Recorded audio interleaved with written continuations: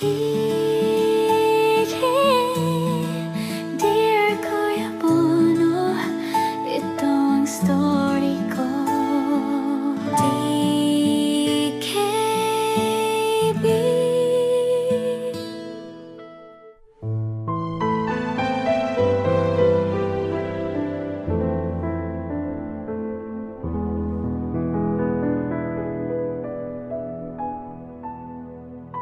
Dear Kuya Bono, tawagin mo na lang akong Arlan, isang Pinoy dito sa Japan, pero ako ay tubong La Union. Nagsusulat din ako ng aking kwento dahil sa isang babae na tawagin na lang natin sa kanyang tunay na pangalang Aiko. Nakilala ko siya noong August 2016 sa Ortigas Center, Pasig City, Manila. Nakatira kami sa Eton Emerald, isang kondo sa kahabaan ng Ortigas Road noon, at si Aiko naman ay nagtatrabaho sa Citadines Millennium na nasa Ortigas Avenue ang harapan at nasa Sapphire Road naman ang likuran. Graduate ng HRM si Aiko at isa siya sa staff ng Citadine noon. Pareho kaming isinilang sa Nayon, sa probinsya. Siya sa Mindanao, ako ay sa Luzon. 3 buwan na kaming magkakilala, magka-textmate noong magpa siya kong ligawan na siya ng formal pero parang natatakot ako sa magiging reaction niya. Nung time na yon, kung hindi ako nagkakamali ay nasa last week na ng June. At may panahon pa akong mag-ipon ng lakas ng loob at makiramdam sa mga kilos ni Aiko kung may pag-asa ako o alanganin ako. Dear Kuya Bono, ito ang story ko. DKB. Hindi si Aiko ang kauna-unahang babaeng nagustuhan ko, Kuya Bono. Sa katunayan, bago ko nakilala si Aiko ay nakadalawang girlfriends na rin ako. Isa nung high school at isa rin nung college ako.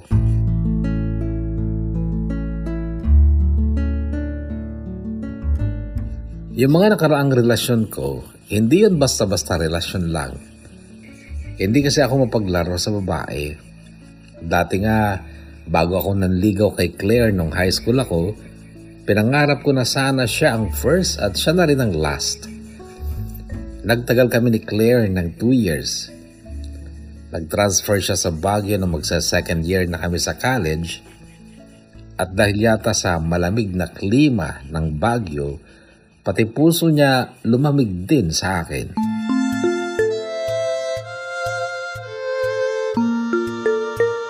Si Bernadette naman na siyang pangalawang girlfriend ko, naging kami nung 3rd year na ako at nagtagal kami hanggang before graduation ng college.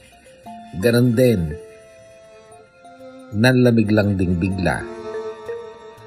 Pero in fairness sa kanilang dalawa, maayos ang naging hiwalayan. Masakit pero natanggap naman.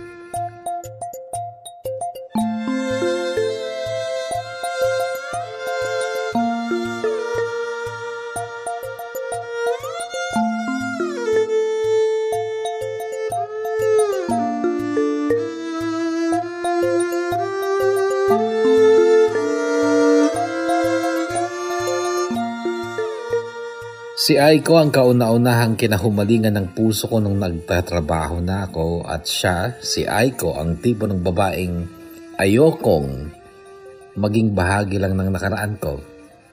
Siya ang babaeng nararapat lang na paglaanan ko ng buong buhay ko. Yung tipong kung hindi siyang makakatuluyan ko, parang kung makakasal man ako sa iba, ay manghihinayang pa rin ako na hindi siya ang napangasawa ko.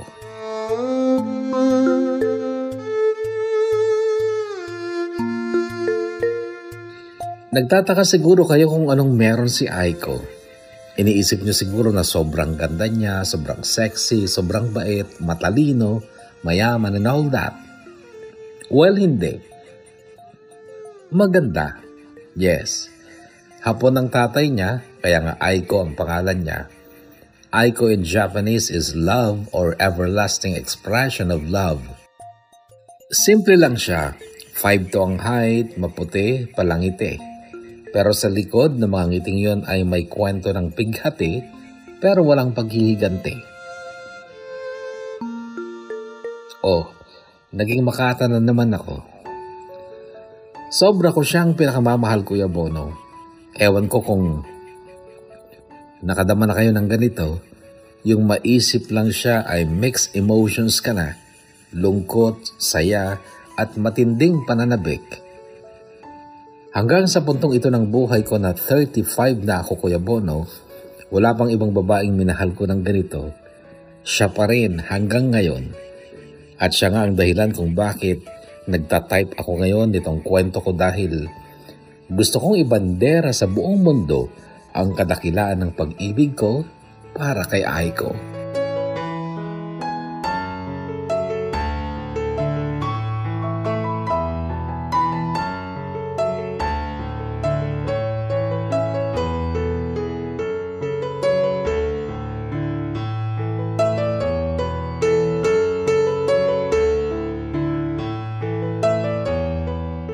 Nakilala ko si Aiko noong August 2016. 26 ako at 5 buwan pa lang ako noon sa Maynila. Sa rural bank sa probinsya ako nakapagtrabaho simula nung makapasa ako ng CPA board exam noong 22 years old ako. Kulang 3 years ako doon hanggang sa naaya ako ng mga pinsan kong samahan sila sa Maynila dahil magka-college na sila. May kaya ang mga pinsan ko. Mga anak ni na Tita Terry at Tito Omar na mga kapatid ni Mama. Si Mama na panganay pa naman ang mahirap at magulo ang buhay noon kaya't ako'y nakaranas din ng masalimuot na buhay. Marami akong pinagdaanan sa kabataan ko pa lang dahil naging challenging talaga ang buhay namin ni na Mama dahil sa kagagahan niya. Pero hindi ko pinagsisihan ang mga pagsubok na yun sa buhay ko. Kahit maraming mali kasi ang mga yon ang nagpatibay sa aking pagkatao. Sana mapansin nyo ito mga kaabang. Yung elementary life ko ang siyang simula ng pagkakadiscovery ko ng aking pagkatao at kasaysayan ng pamilya ko at syempre wala akong ibang source ng information kundi ang aking ina na may pagka-loka-loka.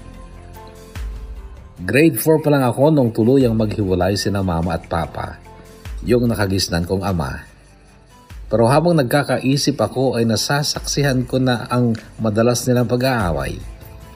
Mabisyo si Papa, laging lasing at wala siyang permanenteng trabaho dahilan upang maging madiskarte naman si Mama na wala ng permanenteng trabaho pero laging umaalis sa gabi na nakapostura at pag uwi niya may pera na siya.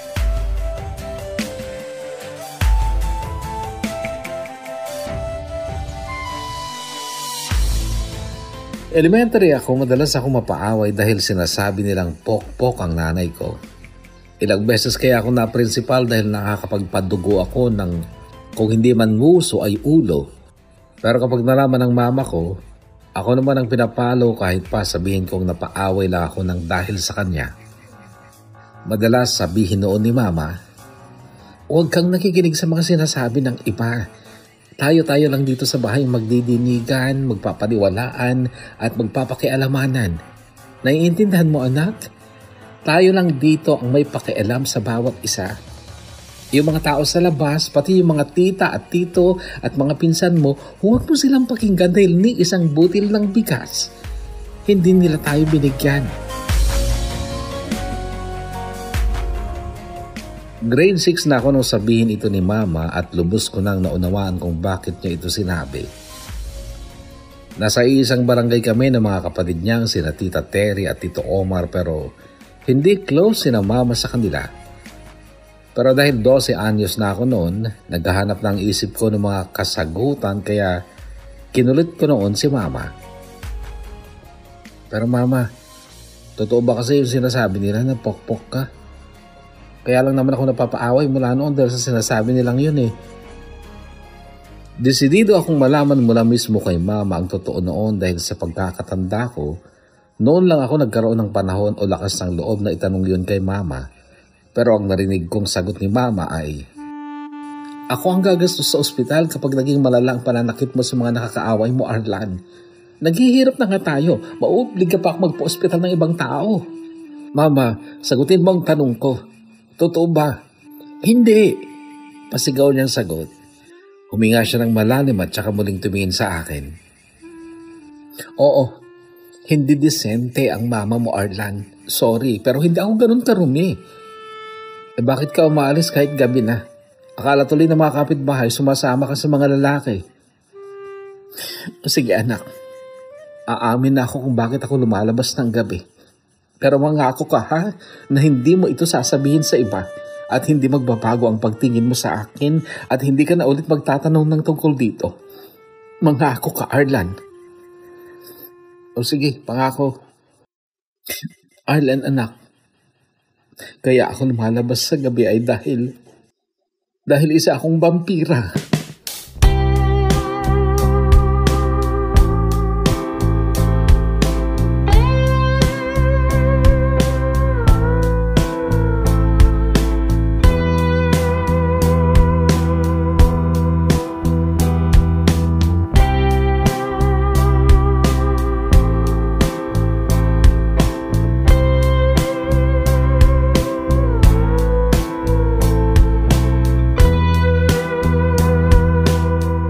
Grade 5 ako nang malaman ko na kapatid pala ni mama sina Tita Terry at Tito Omar at dahil ito kay Princess na panganay na anak ni Tita Terry. Grade 5 si Princess noon at schoolmate ko siya. Nakasama ko siya sa team namin nung intrams. Green team kami noon at isang araw nung intrams ay bigla na lang siyang lumapit sa akin at sinabi ang ganito. Kuya Arlan, pinsan pala kita. Pagkapatid pala sina mami ko at mami mo. Anong mami ko? Mama, mahirap lang kami kaya mama lang tawag ko sa kanya. Papiloso po ko pang sagot noon. Si Peter, pinsan ko. Pinsan din natin kasi ang daddy ni Peter, bunsong kapatid ni na mami at mama mo. Ang tinutukoy naman niyang Peter ay grade 1 pa lang noon at siya niyang laging kasabay sa kotse kapag hinahatid sila. Hindi ako interesado noon sa nalaman ko kay Princess pero simula noon ay nakokotongan ko siya lagi. Lalo na kapag wala akong baon. Kaya lang isang araw, umiiyak siyang lumapit sa akin, nagsusumbong, binuli daw siya ng kaklase niyang lalaki. Naawa naman ako kaya ginantihan ko ang bumuli sa kanya. Kinabukasan kasama niya ang mami niya, si Tita Terry at nagpasalamat pa ito sa akin. Kinagabihan, inalam ko kay mama kung totoong kapatid niya ang mami ni Princess. Oo, siya ang pangalawa. Ako ang panganay. Bunso si Omar. Yung may-ari ng malaking bahay sa tabi ng bahay ni Terry. Mama, bakit mayaman sila? Tayo mahirap. Napatawa si mama noon. Ganon siya. May mga seryosong tanong na bigla na lang niyang tinatawanan. Nakapag-aral sila Ako hindi. Mama, nasaan ang tatay at nanay niyo? Di ba lolo at lola ko sila? Wala na ang tatay namin pero yung nanay namin nasa Amerika. May asawa ng iba. Mama, bakit hindi kayo close ni mami ni Princess? Akala ko wala kang kapatid. Itinakwil kasi nila ako noon anak. Ha? Ba't kinala tinakwil? Ang kasalanan mo. Ba't bang dami mong tanong, Arlan? Alam mo, nagtataka ako kung anak talaga kita. Bakit yung kapatid mo si Arlene, babae pa yan ha? Tahimik lang, pareho kami. Samantalang ikaw na lalaki, ang dami mong gustong malaman. Kasi ang dami mong sekreto mama. At sagutin mo na lang ako, bakit ka nila itinakwil? Okay, sasagutin ko ang tanong mo Arlan, pero last na to ha? Ayoko na magtanong ka ulit ng kung ano-ano tungkol sa akin. Tungkol sa buhay natin, okay? O sige, anong kasalanan mo noon? Bakit ka nila tinakwil? Inggit ang dahilan kung bakit nila itinakwil, Arlan. Inggit? Inggit sila sa akin kasi maganda ako. Pangit sila.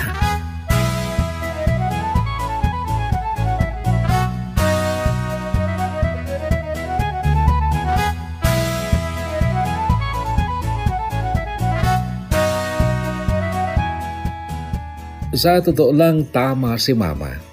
Maganda siya at hindi kagandahan si Tita Terry at si Tito Omar naman ay mukhang artista sa comedy.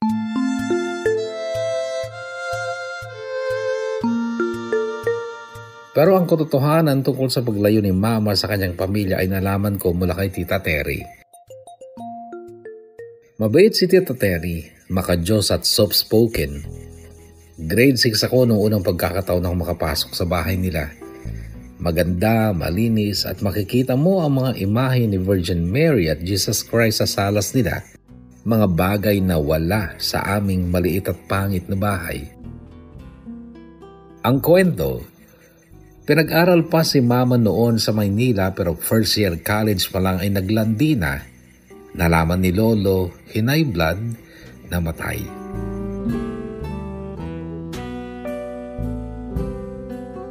Noon nagsimulang magalit si Lola at pati ang mga kapatid niya kay Mama pero sa halip na magsisi si Mama, nagmalaki pa. Naglayas at maagang nag-asawa ng gwapo lang pero tamad. Mabisyo pa. Si Lando na siyang nakagisnan kong papa. Iba naman ang papa ni Arlene na nakababatang kapatid ko sa ina. Hindi ko alam kung sino ang totoong tatay ni Arlene. Maging siya hanggang ngayon, mahigit 30 na siya ay hindi niya nakilala ang tatay niya kasi nga hindi siya matanong. Hindi kagaya ko noon na matanong.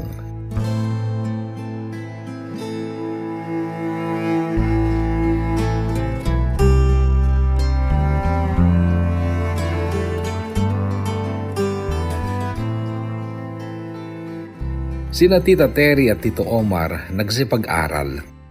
Pinahalagahan nila ang solong pagsisikap ni Lola. Solo dahil wala na nga noon si Lolo, pero kumayod ang marangal si Lola at nagbunga ng magandang pagpapaaral niya kina Tita Terry at Tito Omar na hindi nga magaganda at gwapo pero nagtagumpay sa buhay while si Mama na maganda, nga. Nga dahil matigas ang ulo niya, rebelde at hindi marunong kumilala at magsisi sa kanyang pagkakamali. Nakatapos ako ng high school, Kuya Bono, sa sarili kong diskarte. Oo, hindi malinis ang iba kong diskarte noon, pero wala akong choice dahil sarili ko lang talaga ang inaasahan ko. Yun kasing kinamulatan kong ama, hindi naman na nagpakita kasi hindi naman pala siya ang tatay ko talaga. Nakilala ko ang totoong tatay ko graduating na ako sa college at hindi mula kay Mama ang revelasyon kundi nadiskubre ko lang sa ibang tao. Kung saltik at saltik lang talaga, feeling ko napunta lahat kay Mama. Pero kahit ganun, hindi ko pwedeng itanggi ang mga mabubuti niyang ginawa. Kahit papano, nagsikap siyang maging ina sa amin ni Arlene. Kaya kahit may pagkaloka-loka siya, hindi ko magagawang i-deny na nanay ko siya.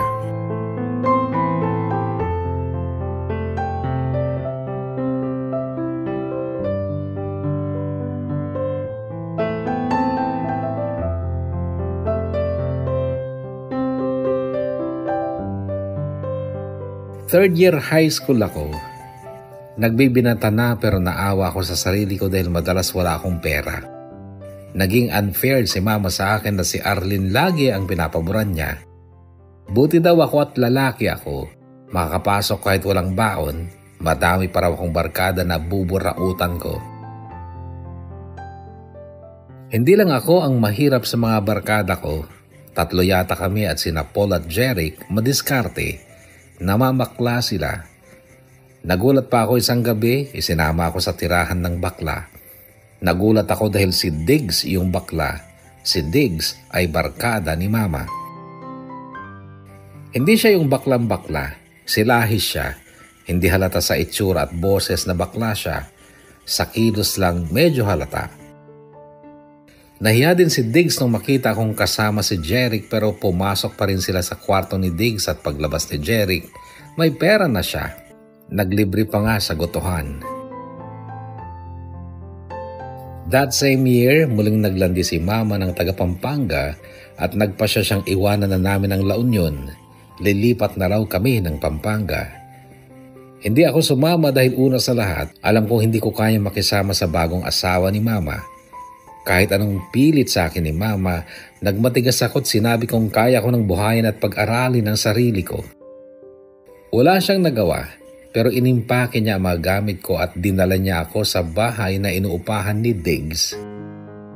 Doon muna daw ako titira, at least sa pagkain man lang ay malibre ako. Yun pala, binenta na rin ni Mama ang maliit naming bahay na nakatirik sa aming kapirasong lupa.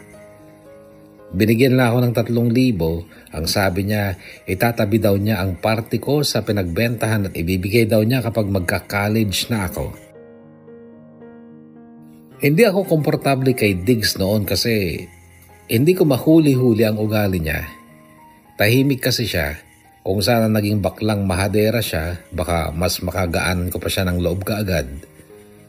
Inihanda ko na rin ang sarili ko noon na baka sa pagtira ko sa bahay niya ay gagapangin niya ako. Lalo na't sa salas lang kasi ako natutulog kasi isa lang ang kwarto ng inuupahan niyang bahay.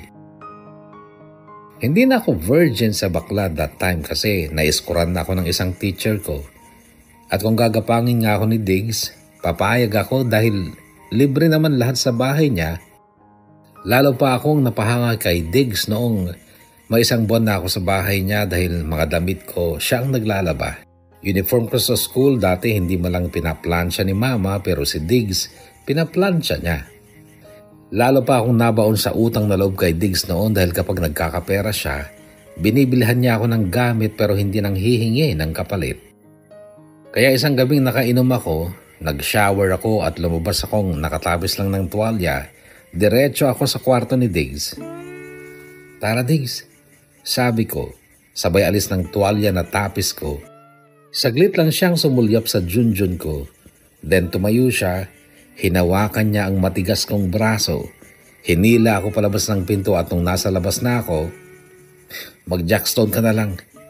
Sabi niya at saka isinara ang pinto ng kwarto niya. Kinulit ko pa. Tangina, tinatanggihan mo ako. Sabi ko sabay kabog sa pinto niya. Ang dami kayong nagkakandara pa sa akin tapos ikaw, tatanggi? Wala akong pambayad sa'yo. Wala akong pera. Narinig kong sagot niya. Sisingilin ba kasi kita? Busan mo na. Bumukas ang pinto niya pero nakaawang lang at hawak pa niya ang pinto at ang sabi niya, hindi lahat ng bakla, Arlan, ay kagaya ng iniisip mo. May mga kagaya ko na gusto din ng respeto. Respeto? Bakit si Jeric gustong gusto mo? Mas malayo namang mas gwapo ako kay Jeric at mas malaki pa tong tarugo ko kaysa dun. Mahal ko si Jeric, Arlan. Hindi lang dahil sa physical na dahilan. Huwag mo nang uulitin ito dahil kung hindi, isasoli kita sa mama mo.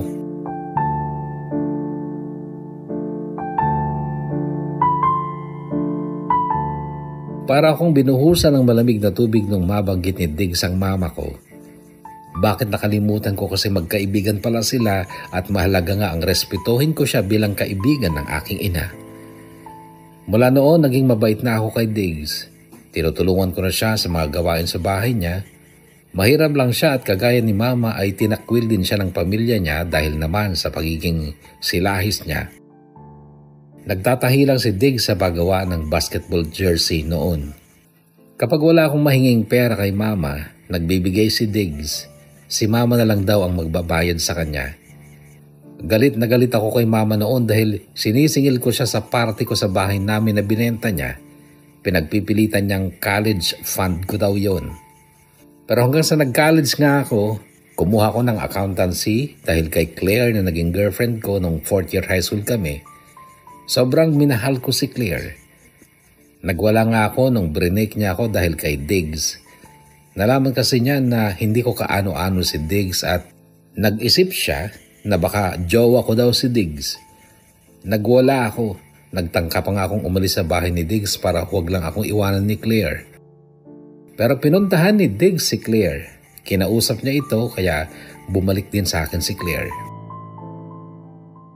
Magkaklase pa rin kami ni Claire nung 1st year college na kami kaso nung mag-2nd year na ay lumipat siya ng Baguio at doon na nanlamig ang relasyon namin hanggang sa nawala na lang. Pero makaraan ng kulang 2 taon, nakilala ko naman si Bernadette. Niligawan ko at sinagot naman ako kaagad. Kaya lang hindi ko maiwasang maikumpara si Bernadette kay Claire. Ang laki ng diferensya. Parang naging desperado lang akong magkajowa ulit dahil hindi ko muna kinilalang mabuti si Bernadette bago ko niligawan. Oo, maganda siya, sexy, maporma, pero marami siyang ugaling pinilit ko lang tanggapin para mag-work ang relasyon namin.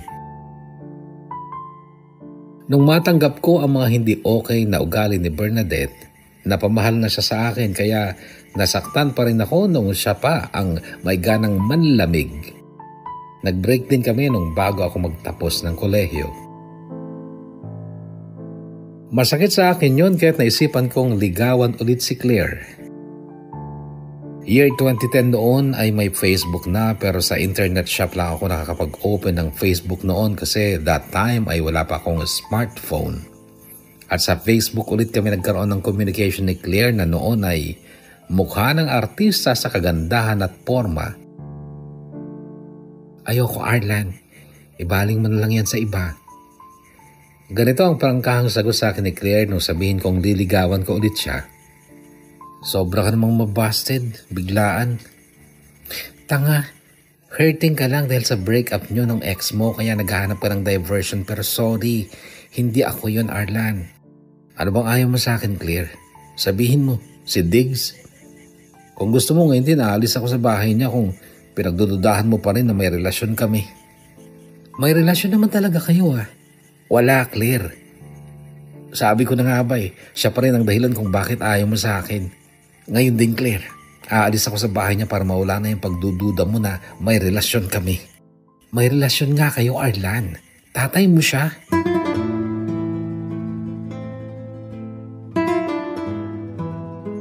Nagulat ako sa narinig kong yun kay Claire. Tatay ko daw si Diggs. Natatandaan mo nung una tayong mag-break. Nagpunta si Tito Diggs sa bahay namin. Kinausap ako. Tinawagan pa nga niya yung mama mo para maniwala ako na anak ka ni Tito Diggs. Kalokohan yan, Claire. Naniwala ka naman. Si Tito Diggs ang may gustong ilihim sa'yo na tatay mo siya dahil nga sa barkada mo pa daw yung jowa niya. Claire, huwag mo akong pagtripan. In love daw ang mama mo noon sa kanya. Noong mga age 20 sila, kahit na silahis nga si Tito Diggs, gustong-gusto pa rin daw siya ng mama mo at may nangyari nga sa kanila. Kagagawan daw ng mama mo. Nagbunga ang pangyayaring yun kaya ayan, buhay ka.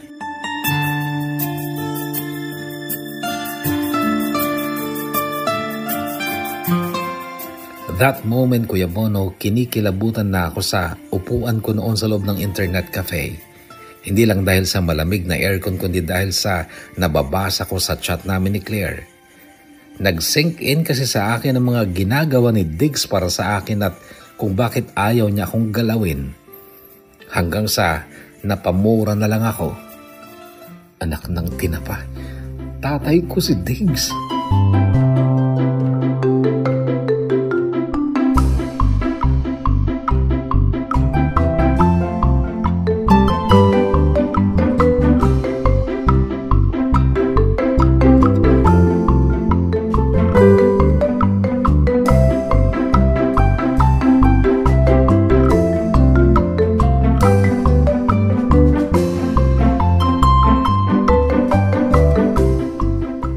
So naniwala ako sa revelasyon ni Claire pero sabi niya,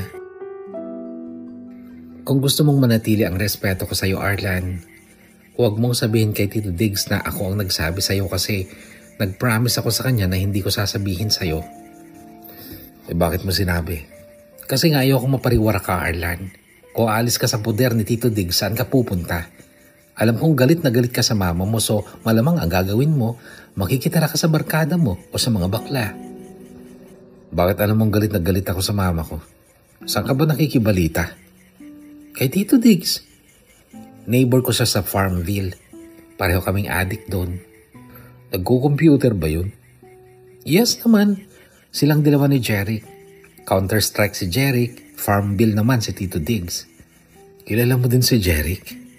Arlan, mabuting tao si Tito Diggs. Yung mga ginagastos siya sa'yo na kunwari utang ng mama mo, palabas lang yun. Nung nag-break kayo ni Bernadette, biniro niya ako, balikan daw kita. O bumalik ka na. Hindi na pwede, Arlan. Nagpalit na nga ako ng religion at hindi ako papatol sa hindi ko ka-religion. INC ka na? Hindi ako INC. Arlan, huwag mong iwanan si Tito Diggs. And if I were you, kahit sa mga pasimpleng paraan lang ay suklian mo yung kabutihan niya sa'yo. Claire, bakit hindi niya sabihin sa akin na anak niya ako? Nahihiya nga siya dahil sa kasarian niya. Ang hina mo namang makagets at isa pa, hindi niya ginusto na mabuo ka. Mama mo lang may gusto noon, pero nakita mo naman na kahit papano, ginagampanan ni Tito Diggs yung tungkulin niya sa'yo kahit wala kayong label bilang mag-ama. Sige, okay na. Pero ano bang religion mo? Magpapakonvert din ako kung yun ang paraan para makabalik ako sa'yo. Huwag na, Arlan. Ito na lang ang tandaan mo. Kung hindi ako, tiyak, may ibang mas okay na inahanda ang Diyos para sa'yo.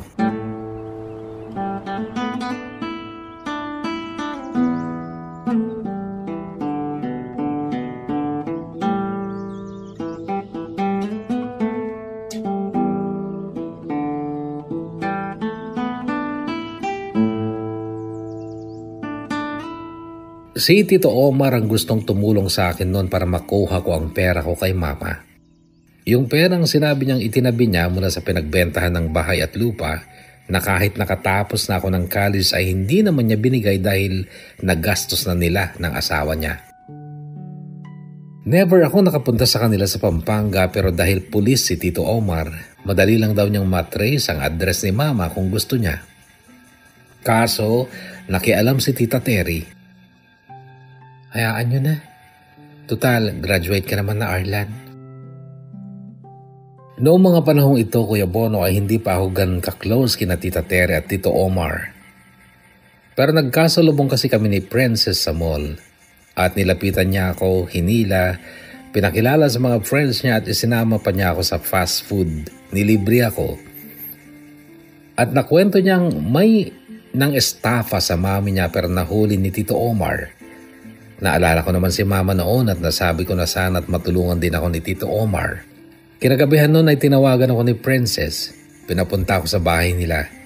Kapitbahay lang din nila si Tito Omar at doon nga ay pinag-usapan namin kung paano namin makukuhang pera ko kay mama. Pero nakialam nga si Tita Terry. Hayaan ko na lang daw, total, graduate na ako. Pero sa kanya yung pera, ate. Sabad ni Tito Omar. Omar, hindi ka ba naawa kay Ate Armina? Tinakwil siya ni mama kaya hindi nakapag-aral. Kaya ayun, nagkalintik-lintik ang buhay. Tapos ngayon, babawian nyo pa ng pera na sigurado namang nagastos niya na. Saan kukuha yun ng pamalit? Tumingin si Tito Omar sa akin. O ano, Arlan? Babawiin pa ba natin o naawa ka din sa mama mo? Napasulyap ako kay Tita Terry. Sa totoo lang, hanga talaga ako sa kalinisan ng puso niya kaya ang sagot ko noon ay, sige Tito, hayaan na lang natin.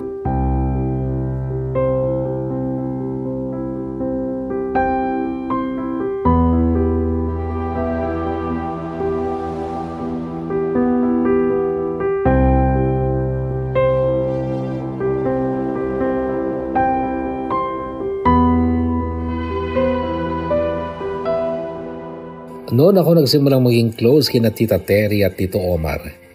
Kapag may okasyon sa bahay nila, tinatawagan nila ako. Kapag kailangan nila ng tulong, nagkukusa ako. After passing the board exam, yung review ko nga pala ay ginastusan nilang dalawa, sina Tita Terry at Tito Omar, at sinikap kong makapasa dahil nakakahiya kung masayang lang ang pera nila. Umasa ako at nakapagtrabaho naman ako sa Rural Bank ng kulang 3 taon. Noong 2014, magka-college na sina Andrea at Nico. Si Andrea ay bunsong anak ni Tita Terry at si Nico naman ay pang-apat na anak ni na Tito Omar at Tita Jenny. Gusto nilang mag-aral sa Maynila dahil pag-aaralin sila ni Tita Gladys na anak ni Lola sa pangalawang asawa niya. Si Tita Gladys ay nasa Amerika pero associated siya sa UANP or University of Asia and the Pacific sa Pasig City. Na-mention lang casually ni Tita Terry isang gabi kung kontento na daw ba ako sa karir ko sa Rural Bank. Hindi ako nakasagot, then she goes, "Ayaw mo bang mag-try sa Maynila?" Tita, baka mas lalo na ako hindi makaipon dun kasi mangungupahan pa ako ng bahay. What if libre ka sa bahay at pagkain? Stay in po. Meron bang ganun sa mga professionals? Noon ay inalok na ako ni Tita Terry na samahan ko lang ang 2 bata sa Maynila. May nabili ng kondo si Tita Gladys na titirhan namin at siya din ang magpapadala ng food allowance namin. Ang role ko lang ay guardian ng 2 bata. Kaya ayon, napunta nga ako ng Maynila. Nakapagtrabaho sa isang private company sa Ortigas na pagmamayari ng mag-asawang nag-aaway at nasa proseso ng legal na hiwalayan noon. Ang boss ko ay yung babae, si Ma'am Agatha. Siya ang CEO noon at nung maghiwalay sila ng mister niya na isa naman sa mga director, tumira si Ma'am Agatha sa Citadine, isang hotel na malapit lang sa office. Within Ortigas Center lang din. Kapag may kakausapin siyang staff, pinapapunta niya sa Citadine at dahil sa nasa finance ako ay kasama ako lagi sa mga madalas niyang pinapapunta. At sa kadalasan ko doon ay napansin ko na si Aiko na isa sa mga staff naman ng hotel. Mapapansin mo talaga si Aiko dahil sa karisma niya. Laging masaya, laging nakangiti. Malakas ang boses, malinaw magsalita at masigla ang tono niya. Hindi siya ang pinakamaganda sa Citadine pero lumutang talaga siya sa panuri ko hanggang sa hindi ko namamalayang lihim na akong umiibig kay Aiko. Muling buksan ang puso, magmahal muli, magtiwala. Aral ng nakaraay, magsilbing gabay. First time kong nakausap si Aiko nung kumuha ko ng invoice sa accounting office ng Citadine at nasa counter noon si Aiko. Sinadya kong sa kanya magtanong kahit 3 sila noon sa front desk. Kino-question ng board ng kumpanya namin ang pagtira ni Ma'am Agatha sa Citadine. Nag-require sila ng mga dokumento. Nung magbabayad na ako, makaraan ng 3 araw ay sinadya ko ulit na hanapin si Aiko and that time, mas maluwang na ang ngiti niya sa akin. Sa office namin, tuluyan nang tinutulan ng board ang pagtira ni Ma'am Agatha sa hotel kaya nagdadasal ako noon na sana wag muna siyang umalis ng Citadine para magkaroon pa ako ng dahilan para magpunta doon. Kaso, hindi natupad ang dasal ko. Nagkagulo na sa kumpanya, nagbotohan at natanggal bilang CEO si Ma'am Agatha kasama ang sekretary niya. Noong gumawa ng cheque para sa full payment sa pagtira ni Ma'am Agatha sa hotel, hindi ako ang inatasang pumunta para magbayad. Kaso, hinarang ko yon at ako ang nagpresentang maghatid ng cheque. Wala si Agatha sa front desk noon pero hinintay ko siya sa lounge at noong makita ko siya, nilapitan ko. Nakita niya ang hawak kong cheque at sinamahan pa ako sa cashier pero ang sabi ko, "Aiko, pwede bang kunin ang number mo?" Sandali siyang natigilan. Parang nag-isip pero after a second, "Sige." Sagot niya sabay tingin sa hawak kong cellphone. Inabot ko yun sa kanya at siya mismo ang nag-dial ng number niya. Sobrang saya ko noon dahil pakiramdam ko hawak ko na ang susi para makapasok sa buhay ni Aiko. Dear Kuya Bono, ito ang story ko. DKB.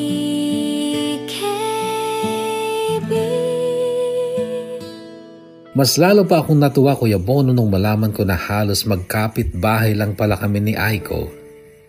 Sa F. Ortigas Jr. kung saan nakatayo ang Eton kung saan ako nakatira, katabi nito ang Jollibee Tower at sa tapat mismo ng Jollibee Tower ay ang Grand Emerald naman kung saan nakatira sina Aiko.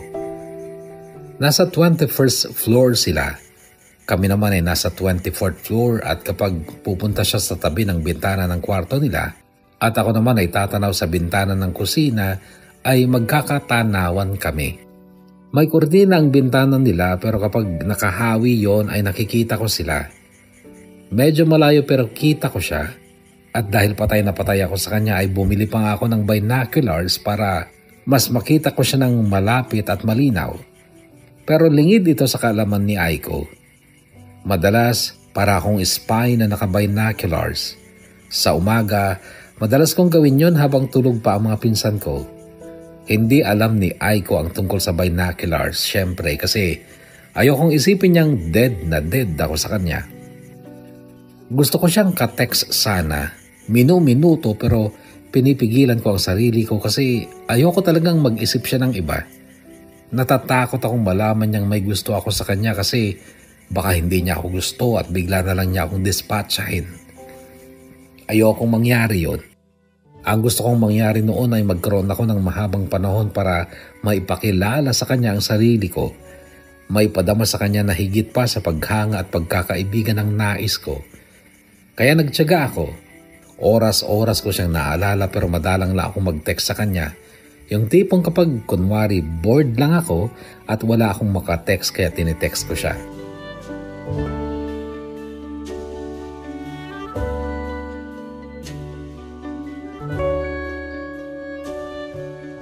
5 buwan, Kuya Bono, na ganon. Masaya na ako sa textan lang namin paminsan-minsan. Lahat ng text message niya, sinisave ko. At kapag bored ako, binabasa ko ulit. Hanggang sa sumapit ang isang araw na siya ang bored. Day off niya noon at napansin kong hindi siya nagtitipid ng reply sa akin. Di ba taga-La-Union ka, Arlan? Text niya. Pasado 10:00 ng umaga noon at nasa office ako. Oo, bakit? Reply ko. Gusto ko magluto ngayon eh. Magsabi ka nga ng isang putahe ng ulam sa La Union tapos ituro mo sa akin kung paano lutuin. Sinanglaw ka agad ang pumasok sa isip ko. Kasi yun lang ang alam kong parang original na recipe ng La Union. Pero alam kong hindi bagay yon sa imahe niya ang ganung ulam. Lamang loob kasi yon ng baka na sinabawan tapos lalagyan pa ng konting papait. Ang kapatid kong si Arlene nga, ayaw kumain ng sinanglaw eh. Si Aiko pa kaya. Pero dahil gusto kong magtagal ang textan namin ng umagang yon, sinabi ko sa kanya ang tungkol sa sinanglaw.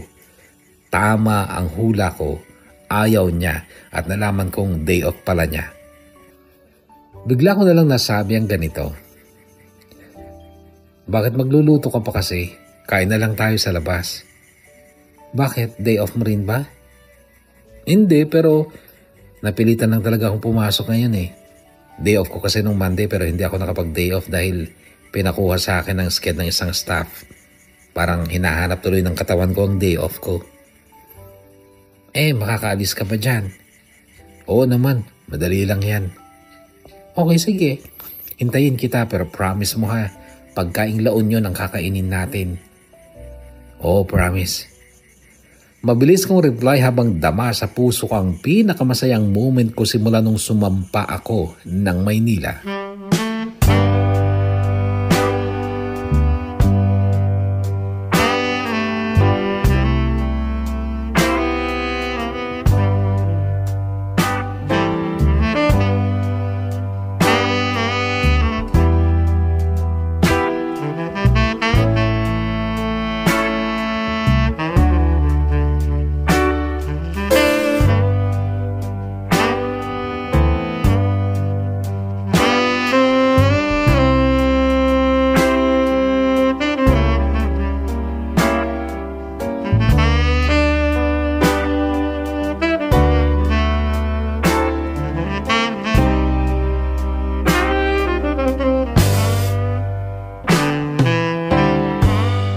Ang totoo, hindi ko alam kung saan ako makakakita ng mga pagkaing La Union or ulam Ilocano sa Ortigas Center area kaya nag-search ako sa internet at may nakita naman ako, may sinanglaw pa sila sa menu nila. Nasa Caloocan nga lang yon, malayo sa Ortigas pero diba yun ang gusto ko, ang makasama siya ng matagal. Sinundo ko siya bago mag alas 11 ng umaga. Namangha ako sa itsura ni Aiko nung makita ko siya sa harap ng Emerald. Nakapantalon siya ng maong puting t-shirt na may print lang ng multicolored na lion. Wala siyang makeup, as in napakasimple niya. Ibang-iba sa itsura niya kapag nasa trabaho siya. Para sa akin, mas maganda siya kapag wala siyang kolorete sa mukha. Natural na makinis ang balat niya pero kahit papano ay napansin ko ang ilang fine lines sa ilalim ng mata sa noon niya. Kaya lang, nagbago ang isip niya nung sabihin kong sa Caloocan kami pupunta. Magluto na lang tayo? Bigla niyang sabi. Ikaw, pero ako, hindi ako magaling magluto. YouTube, pakli niya. Mamalengke na lang tayo ng lulutuin natin. Tapos, manood na lang tayo sa YouTube. Doon mismo sa harap ng Emerald kami nanood saglit ng YouTube. Ayaw talaga niya ng sinanglaw pero nakita namin ang igado at dinengdeng na may pritong isda. Minimorya niya ang mga sangkap at iyon ang pinalengke namin sa Choice Market. Napagkasunduan namin na sa kondo namin kami magluluto kaso pagdating namin doon, chinek niya ang kusina namin at marami daw kulang. Hindi nakapagtataka dahil prito-prito lang kami kapag nagluto pero mas madalas nag-o-order lang kami ng pagkain sa labas. Lumipat kami sa kondo nila. Mas maliit ang unit nila pero napakaayos.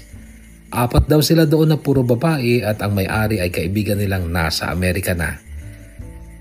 Noong unang gabing magka-text kami ni Aiko, nalaman ko na kaagad na taga Davao siya at nasa Davao ang pamilya niya pero habang naghahanda kami ng lulutuin namin noon ay natanong ko siya kung kailan siya huling umuwi sa kanila sa Davao.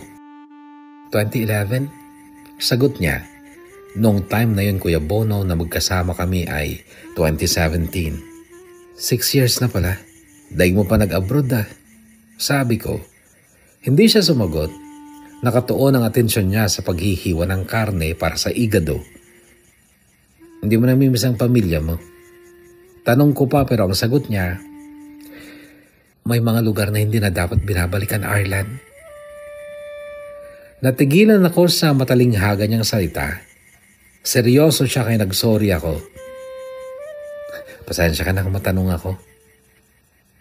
Okay lang, hindi mo naman ako makikilala kung hindi ka magtatanong. Tama ka. Wala nang mama ko, Arlan. Pumanaw siya noong 2011. At ako ang sinisi ng mga kapatid ko sa pagka-atake ng high blood ng mama ko. Ha? Ay, sorry. Sinira ako ng mga kapatid ko. Pati ang tito ko. 20 lang ako noon. Immature pa at dahil nawala sa akin yung mahal ko, feeling ko wala na akong halaga kaya nagtangka ako magpakamatay. Naglaslas ako. Si mama ang nakakita sa akin na wala na akong malay at maraming dugo sa sahig. At doon siya inatake ng high blood. Paano nawala sa iyo yung mahal mo? Tanong ko, itinigil niya ang paghihiwa ng karne at saglit na tumitig sa mga mata ko. Arlan, ramdam ko nung una pa lang na interesado ka sa akin kaya ikukwento ko sa iyo ang buhay ko. Kagaya ng kung paano ako nagkwento sa mga lalaking nagtangkang ligawan ako. Pero sila, umatras dahil tama naman sila. May makikilala pa silang iba na mas okay kaysa sa akin. Kaya makinig ka, Arlan. Pagkatapos kong magkwento, okay lang sa akin kung iwasan mo rin ako.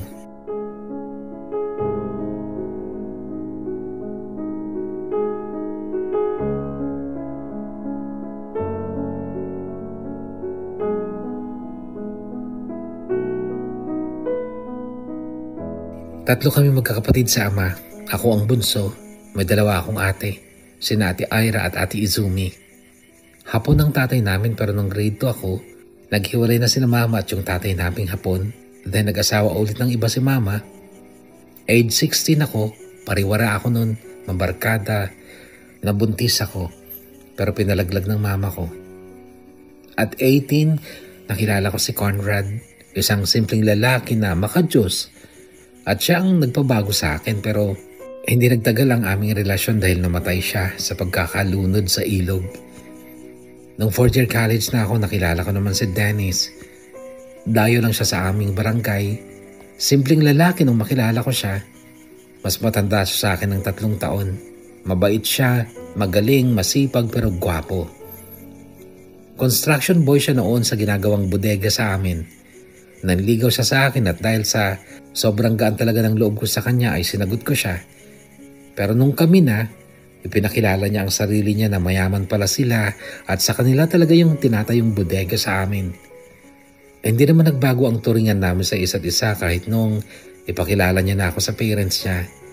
Plano na namin noon na magpakasal ng maaga kasi gusto niya nang mag-asawa. Hindi siya tapos ng college.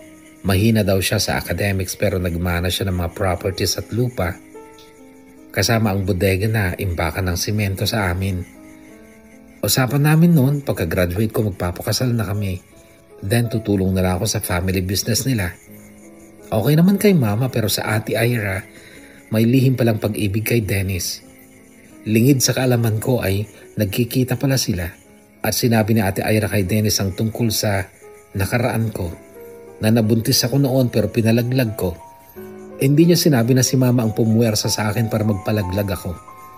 Nasira ako kay Dennis at sa pamilya niya, lalo na sa mama niya. Nabalik ako sa pagbabarkada at isang gabing nakainom ako. Sinaktan ko si ate Ira. Muntikan siyang namatay sa saksak ko. Natauhan din agad ako noon. Pero patong-patong noon ang bigat sa dibdib ko kaya naisipan kong maglaslas, magpakamatay.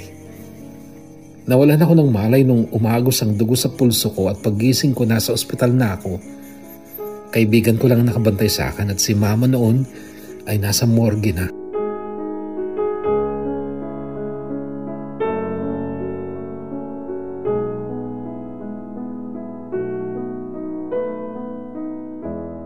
Nakinig ako sa aming pastor noon. Magbago ako magsisi. Nagpakasal sina ate Ira at si Dennis. Sobrang sakit pa rin sa akin pero tiniis ko lang. Hindi pa rin ako umalis noon sa bahay namin kasi parang gusto kong pagbayaran yung kasalanan ko. Kaso, kinawawa nila ako. Ang baba ng tingin nila sa akin, wala na akong halaga sa kanila. Ang baba na rin ng tingin ko sa sarili ko. Kaya umalis ako dahil gusto kong maramdaman na may halaga pa ako. Nagpunta ako dito sa Maynila at mula noon, hindi na ako bumalik sa amin at wala na rin akong ugnayan sa mga kapatid ko. Dito, maraming nanligaw sa akin, Arlan. Tapos napupuri din ako sa trabaho ko kaya unti-unti nagkaroon ulit ako ng tiwala sa sarili ko. Nung una, kaya hindi ako namamansin ng mga manliligaw kasi takot ako. Kaya pinili kong maging mag-isa. I mean, walang karelasyon. Pero nung pagtuntong ko ng 26, sabi ko, kailangan ko ng sumugal. 3 ang pinayagan kong manligaw pero hindi sabay-sabay. Lahat sila, ipinarinig ko ang kwentong ito at unti-unti silang umiwas. Gusto rin kita, Arlan. Hindi dahil sa itsura mo kundi dahil nakikita ko sa mga mata mo ang kagandahan ng loob mo. Salamat, Aiko, pero may kailangan ka rin marinig tungkol sa akin. Kahit siguro mga pangit lang na bahagi ng nakaraan ko. Arlan, hindi kita nire-require na magkwento ng dark past mo. Past na yun eh. Pero kung makakaluwag sa loob mo na ikwento sa akin yan, makikinig ako. Nagkwento nga ako, Kuya Bono, pero wala akong narinig na negative mula sa kanya. Hanggang sa namalayan ko na lang na masaya na kaming nagluluto, nagtatawanan, nagbibiruan. At noong kumakain na kami ng ulam na pareho din naming tinatawanan dahil maalat masyado yung dinengdeng at matabang naman yung igado niya, nagtatawanan pa rin kami. Tapos bigla siyang sumeryoso. Ngayon lang ulit ako naging masaya ng ganito. Narinig kong sabi niya kasunod ng pamamasa ng mga mata niya. Hindi ko nagawang patagalin ang pagtitig sa mukha niya dahil ayokong makitang mahulog ang mga luha mula sa mga mata niya. Pero, Arlan, bakit ayaw mo kong tingnan? Kanina kapag tumatawa ako, nakatitig ka sa mukha ko. Ngayon napapaduha ko, iniwas mo ang tingin mo. Ewan ko, Aiko. Siguro, ayoko nang makita ka na lumuluha. Luha ito ng saya, Arlan. At may tanong ako sa'yo. Ano yun? Iiwas ka rin ba? First and last ba itong kasayahan na to? Noon ako diretsong tumitig sa kanya, hinawakan ko pa ang kamay niya at ang sabi ko, liligawan pa kita. Hindi mahalaga sa akin kung gaano mo ako katagal na paghihintayin. At kapag dumating ang araw na magpasya kang ayaw mo ako maging bahagi ng buhay mo, doon pa lang ako iiwas sa'yo. Di ba sinabi ko na sa'yo kanina, gusto rin kita. Kasi nga, hindi mo pa ako lubos na kilala. Baka akala mo lang gusto mo ako pero paglaon hindi pala. Hayaan mo muna akong magparamdam sa'yo araw-araw hanggang sa makilala mo ako ng lubusan. Nakangiti siya habang nakatitig sa mukha ko. O ano? Untag ko. Iba ka, Arlan. Sabi niya sabay punas ng luhang bigla na lang umagos mula sa mga mata niya. Alam mo, kapag nagdadasal ako, kung minsan may PS ako sa prayers ko, sabi ko kay Lord, Lord, baka naman meron ka na dyan para sa akin. Arlan, baka ikaw na yung bigay ni Lord para sa akin. Napangiti ako at ang sabi ko, sa tingin mo ba okay na ako? Sapat na ako bilang gift ni Lord sa'yo? Hindi ako mayaman, hindi ako matalino, hindi rin kagwapuhan. Ikaw, maganda ka, matalino, Arlan, huwag mong ugaliin na hanapan ng kalamangan ng ibang tao para lang maramdaman mong mas mababa ka. Lalo na sa taong iibigin mo dahil sa pag-ibig, walang uri-uri, walang level. Lahat nagkakapantay kapag ang mga puso ninyo tumitibok ng sabay.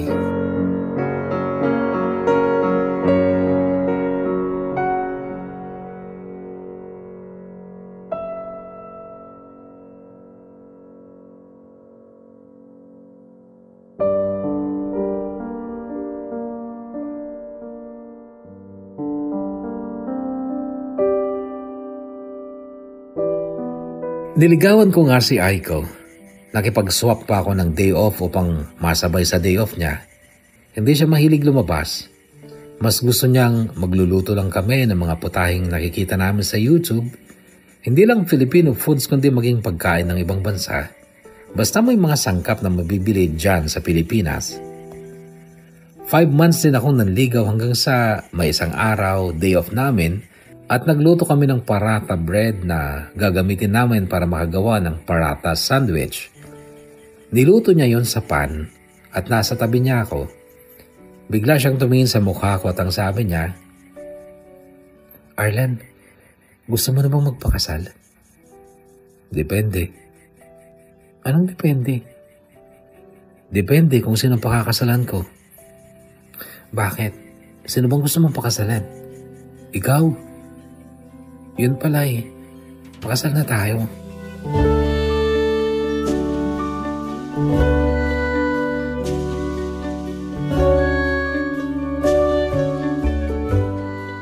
Napakamot na lang ako sa ulo ko noon kasi hindi pa nga niya ako formal na sinasagot at hindi pa ako nagpo-propose sa kanya pero bigla na lang kaming nagkasundo na magpakasal na.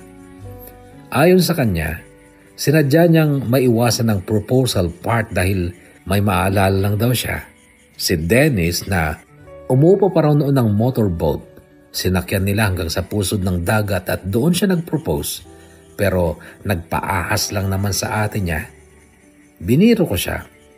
Bakit nasasaktan ka pa rin hanggang ngayon? May feeling ka pa ba doon sa bayaw mo na? Bakit? Sino nagsabi sa'yo na nasasaktan pa ako? Natameme nilang ako at napakamot sa batok ko kasi napagtanto ko ulit na wala siyang sinabi at nag-assume lang ako. Madalas ako masupalpal kay Aiko pero hindi siya nangangantsaw. Natuto ako sa kanya na makinig sa bawat salita niya para hindi na ako mamali sa susunod. Ganun siya katalino. August 2018, ikinasal kami sa La Union. That time, may communication na sila ng father niya na nangako pang darating sa kasal namin pero hindi naman natuloy. Simpleng kasal lang yon. At nag-request pa nga siya ng dinengding na ihahain sa aming reception para lang sa kanya. Hindi ko nakalimutan yung halik namin sa picture taking habang kumakain kami. Lasang bagong ang bibig niya pero okay lang dahil noon ay masasabi kong nakalak na siya sa buhay ko. Akin na siya at hindi na siya makakawala pa.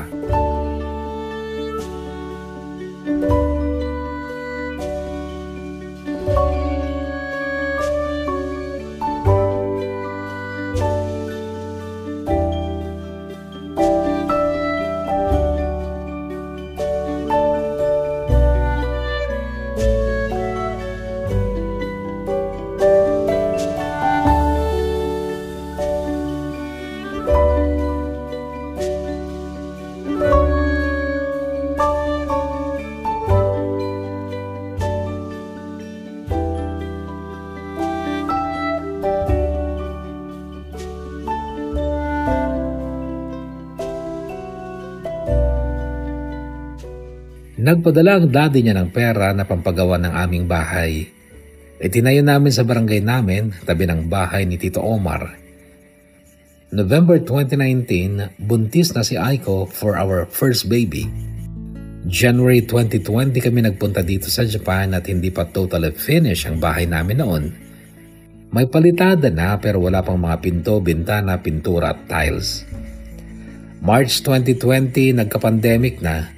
Pero bago pandemic ay nag-aaya ng umuwi si Aiko kasi excited na siyang patapusin ang bahay namin kaso nagka-pandemic nga. During pandemic, nagkaroon ako ng trabaho sa pabrika. Reliever lang ako at pasikreto lang ang trabaho dahil bawal nga. Kaso may mga materyales daw na hindi pwedeng nakatenga kaya kumuha sila ng gustong magtrabaho. Hindi ang mga contract workers kasi bawal sila. Bago magluwag ang pandemic, na-hire ako as a regular worker. Ang laki ng sweldo. Nakakapanghinayang na iwanan kaya ang nangyari, sinaay ko lang ang umuwi noong 2021. May baby na kami noon, kasama ni Aiko ang biyanan kong Hapon na umuwi ng Pilipinas. After 2 years noong 2024, month of June ay umuwi din ako. Kulang 2 buwan din ako nagbakasyon. Ginamit ko din ang bakasyon na yun upang maiparenovate ang bahay ni na mama sa Pampanga. Si Papa Diggs, wala na noon sa La Union, walang nakakaalam kung saan siya naglamierda. Maging si Claire, wala na raw siyang communication kay Papa Diggs. Noong pumunta kami ng Pampanga, noon pa lang nakita ni mama sina Aiko at Akiro. Akiro ang pangalan ng anak namin. Ang pangalan na yun ay ibinigay ng daddy ni Aiko. Bumalik lang ako dito dahil kailangan pang magdagdag ng ipon. Pero last na to. Next year, uuwi na ako for good. Walang araw na hindi ko namimiss ang asawa at anak ko, Kuya Bono. Pero alam mo ba kung bakit maluwag sa loob ko na nandito ako at naroon sila? Kasi ang laki ng tiwala ko sa asawa ko. She is just good in almost everything. Hindi lang sa pagiging ina at asawa kundi maging sa halos lahat ng bagay. She's wise and strong, very independent kaya naman ramdam ko na hindi siya takot kung sakaling mawala ako sa buhay niya sa pamamagitan ng pang-aagaw ng iba o pagtataksil ko. Which is ayokong mangyari kaya hanggang ngayon sinisikap kong huwag makagawa ng kahit maliit lang na bagay na ikasisira ko sa kanya.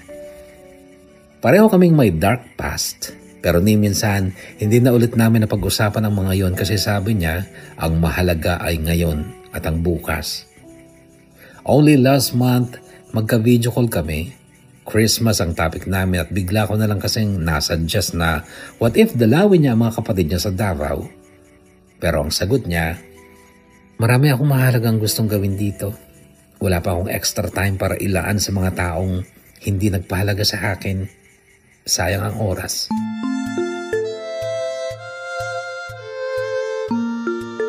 Matigas pa rin ang puso ng asawa ko sa mga kamag-anak niya sa Davao. Hindi ako natutuwa tungkol doon kasi Ilocano ako. Mahalaga sa amin ang pamilya and personally, likas akong mapagpatawad pero kahit papano ay nauunawaan ko rin si Aiko. Lalo na kapag iniisip ko yung time na nagtangka siyang magpakamatay Namatay ang mama niya at siya ang sinisi. Ikaw kaabang, kung ikaw ang kapatid ni Aiko, sisisihin mo rin ba siya sa pagkawala ng ina niyo? Ito lang so far ang nag-iisang bagay na hindi ko gusto kay Aiko. Matigas ang puso niya sa kanyang pamilya at galit pa rin siya sa bahaging iyon ng kanyang nakaraan. Ito lang naman, wala nang iba. All the rest, okay na ako. Ginagawa ko pa rin talaga lahat ng best ko para mapanindigan ang expectation niya na ako ay handog ng Diyos sa kanya. Hanggang dito na lang Kuya Bon at maraming salamat sa pagbabasa. Gumagalang at nagpapasalamat. Arlan. Itinuring mong biyaya pagdating niya sa iyong buhay. Pasasalamat ay walang katapusan. Sa lungkot at sa ligaya, pag-iibigan ay naging ganap. Ngunit pagsubok ay hindi kinaya. Masakit man sa dibdib ang magpaalam, ngunit kailangang tanggapin. Hanggang doon lang, handang umasa sa tunay na nakatadhana.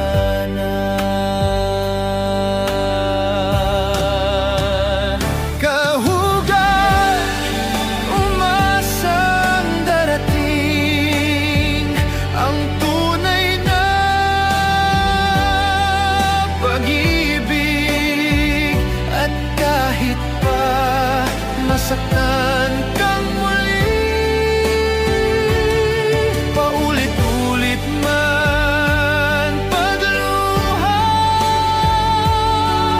pag-asa'y wag-iwawaglit.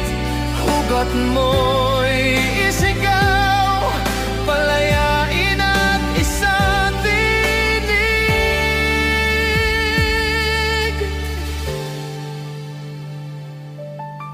Muling buksan ang puso, magmahal muli, magtiwala. Aral ng nakaraay, magsilbing gabay. Lahat tayo'y dumanas ng pait at kabiguan. Tandaan na ang buhay ay sadyang ganyan, kaya tumasang may tunay na nakatadhana.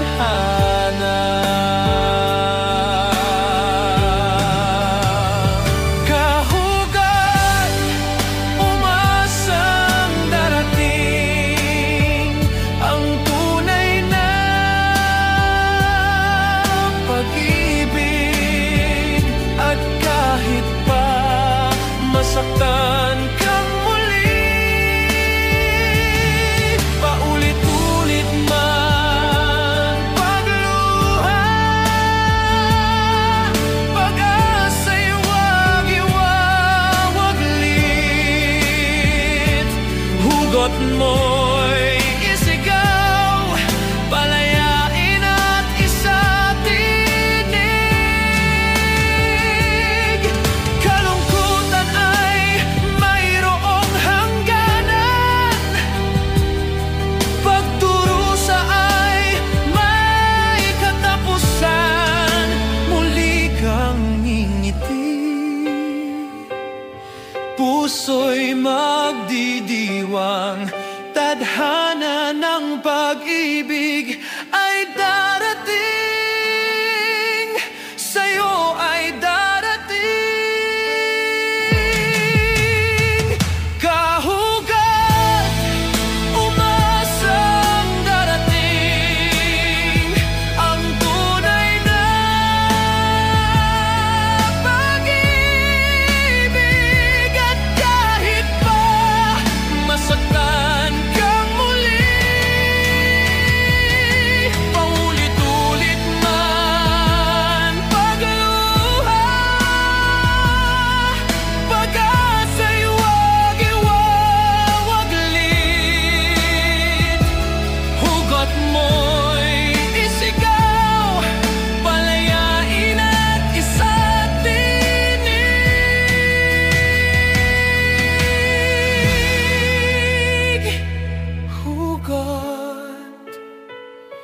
ng puso.